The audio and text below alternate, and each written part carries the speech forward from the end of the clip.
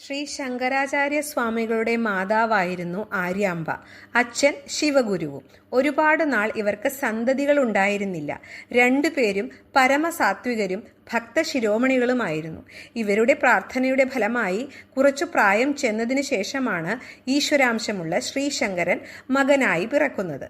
ശങ്കരൻ വളരെ കുട്ടിയായിരിക്കെ തന്നെ ശിവഗുരു മരണപ്പെട്ടു.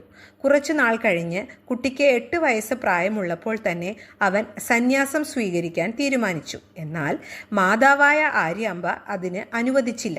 അങ്ങനെ ശങ്കരനാകെ വിഷമത്തിലായി. ഒരു ദിവസം അമ്മയും മകനും കൂടി പൂർണാനദിയിൽ കുളിക്കാനായി പോയി. കുളിച്ചുകൊണ്ടിരിക്കുമ്പോൾ പെട്ടെന്ന് ശങ്കരന്റെ കാലിൽ ഒരു മുതല പിടുത്തമിട്ടു. എന്ത് ചെയ്തിട്ടും ആര്യാമ്പയ്ക്ക് കുട്ടിയെ രക്ഷിക്കാൻ കഴിയുന്നില്ല.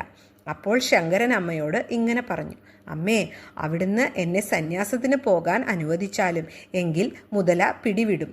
മനസ്സില്ലാ മനസ്സോടെ അത് സമ്മതിച്ചു. മുതല പെട്ടെന്ന് അപ്രത്യക്ഷമാവുകയും ചെയ്തു. അങ്ങനെ അദ്ദേഹം അമ്മയുടെ അനുവാദത്തോടെ സന്യാസത്തിനിറങ്ങി. അമ്മയുടെ സങ്കടം കണ്ട് ശങ്കരൻ അമ്മയ്ക്ക് വാക്കുകൊടുത്തു. താൻ എവിടെയാണെങ്കിലും അമ്മയുടെ മരണസമയത്ത് അമ്മയുടെ സമീപത്ത് താൻ ഉണ്ടാകുമെന്ന്. അങ്ങനെ കുറേ വർഷങ്ങൾ കഴിഞ്ഞ് അവർ വാർദ്ധക്യത്തിലെത്തി.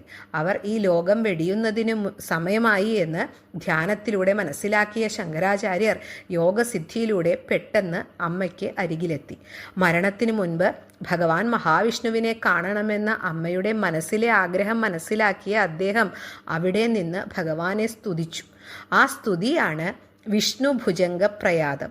ആ സ്തുതി തീരുന്ന സമയത്ത് ഭഗവാൻ അമ്മയ്ക്ക് ദർശനം കൊടുക്കുകയും വിഷ്ണു പാർഷദന്മാർ അവരെ വിഷ്ണു ലോകത്തേക്ക് കൂട്ടിക്കൊണ്ടുപോവുകയും ചെയ്തു.